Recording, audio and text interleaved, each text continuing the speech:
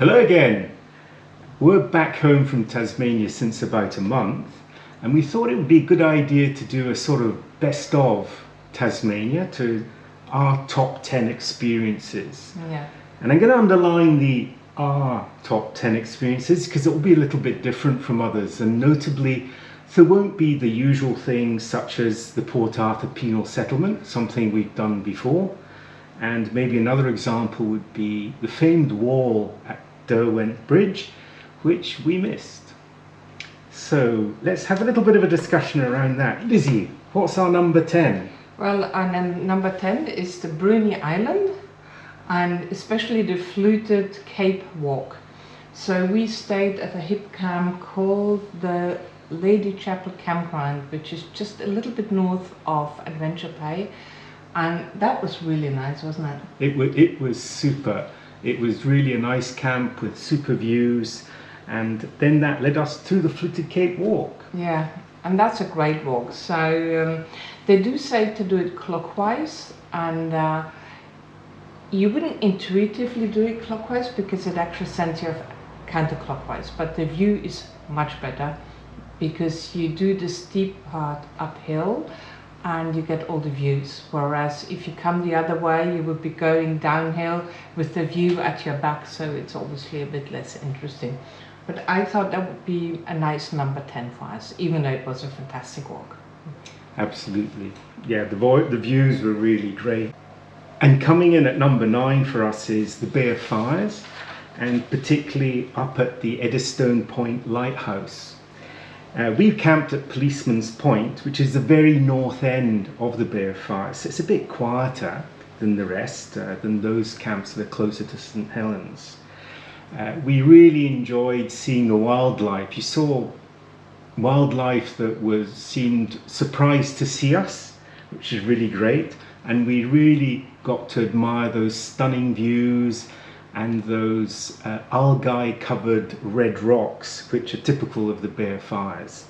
We really loved that. And then a little later, we went down the coast a bit and we went to Middle Finger Rock, which was quite interesting as well. Yeah.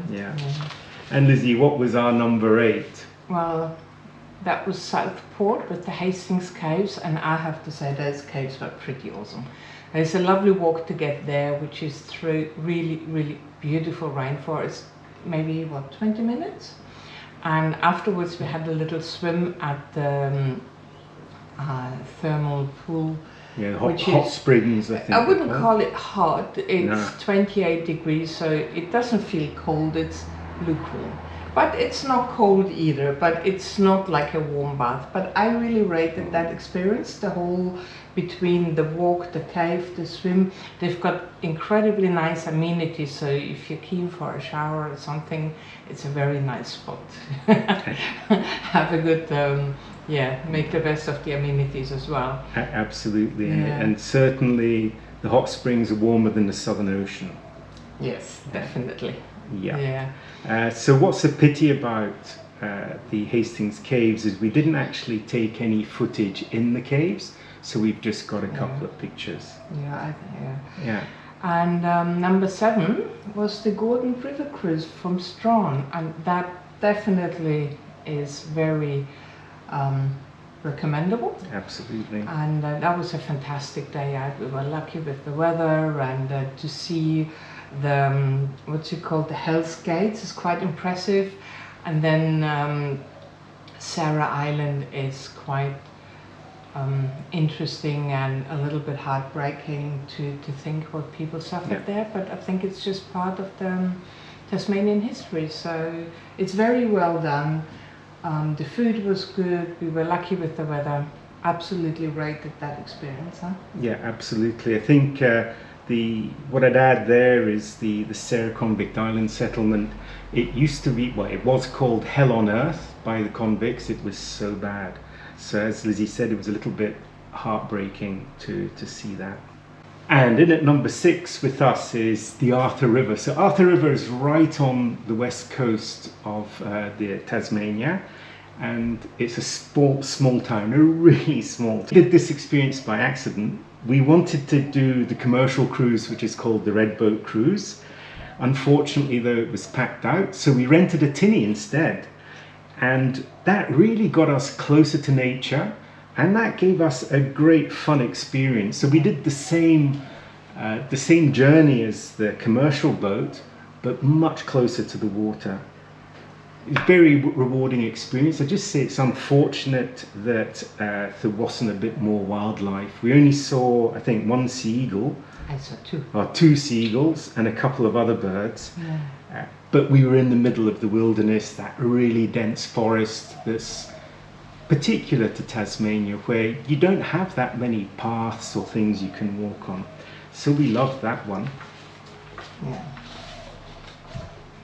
Lizzie, number 5. 5. Yeah. For me was, for us, was in Devonport, the Tasmanian Arboretum.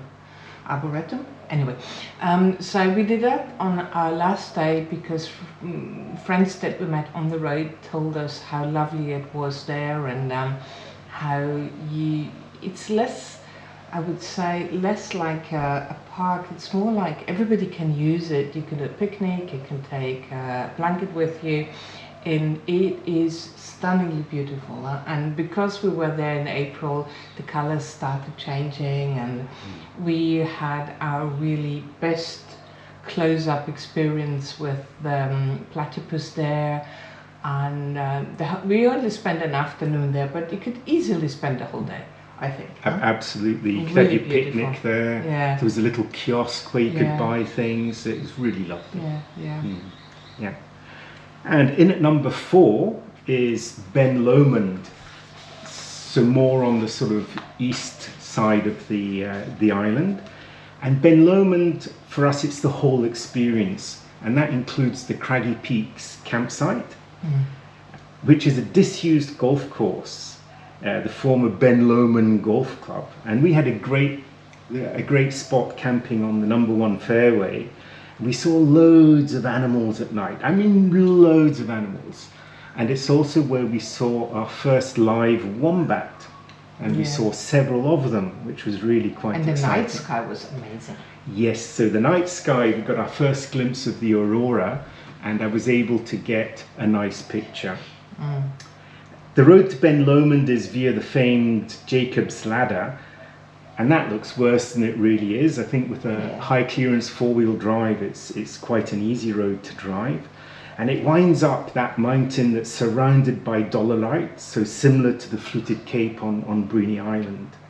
We loved that, and we got a really good walk at Leggers Tor, which is the highest point of the area. Yeah, that was lovely. Yeah, and so the alpine scenery for me there was really reminiscent of the European Alps in summer. It was really that barren, above the tree line type of Yeah, scenery. with the little bushes, and yeah. Yeah. And what was number 3, Lizzie? That was a big one for me. It's the Mountfield National Park. We did the waterfall circuit there. So you get to see 3 waterfalls in the same walk. So the Russell Falls, which is wheelchair accessible, and from there you go to the Horseshoe Falls and the Lady Baron Falls. And we did the Tall Tree Walk, and that part of the rainforest for me was just out of this world. I find the Tasmanian forest really, they impressed me a lot, to say the least. Again, the whole experience was really beautiful there. We did go up to the Mountfield ski station, We did, yes. and that was a lovely walk as well, huh? Up Mhm. there, what was that called? Again? Yeah, so that town shelf was absolutely beautiful, wasn't it? Yeah, I loved the Tarn Shelf. It was very, very wild and Yeah. exciting And you look environment. down onto those lakes and everything.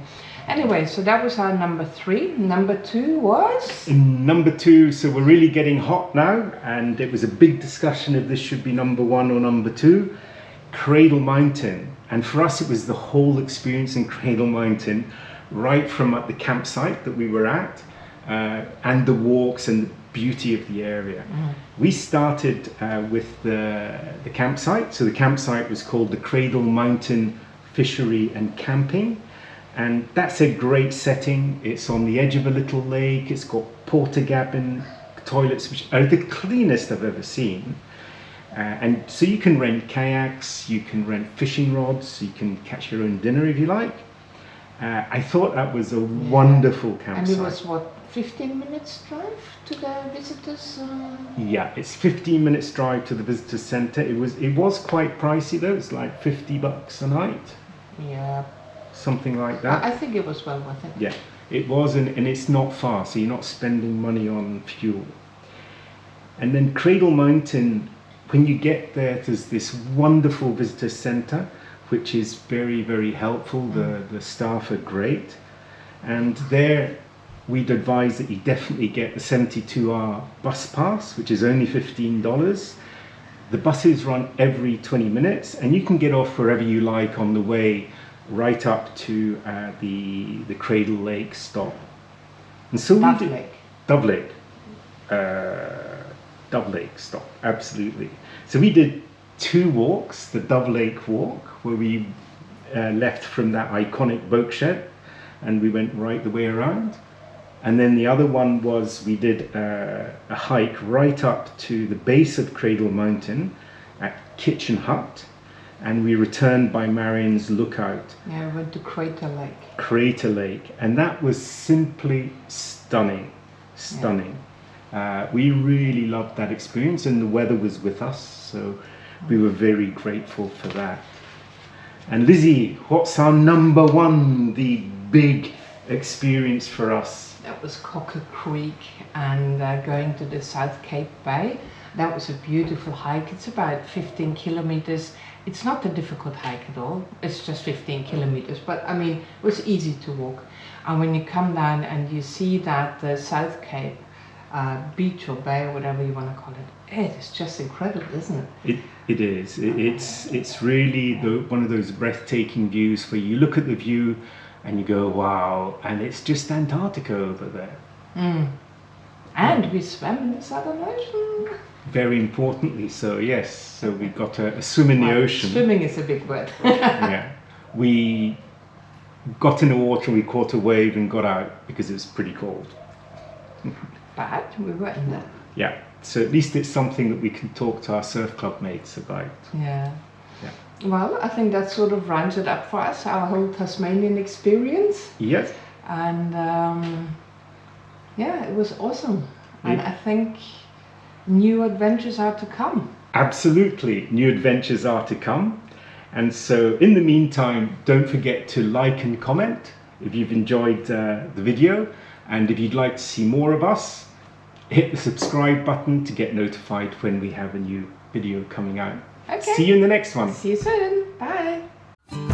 We hope you enjoyed the episode. Don't forget to like, subscribe and comment, and see you in the next one.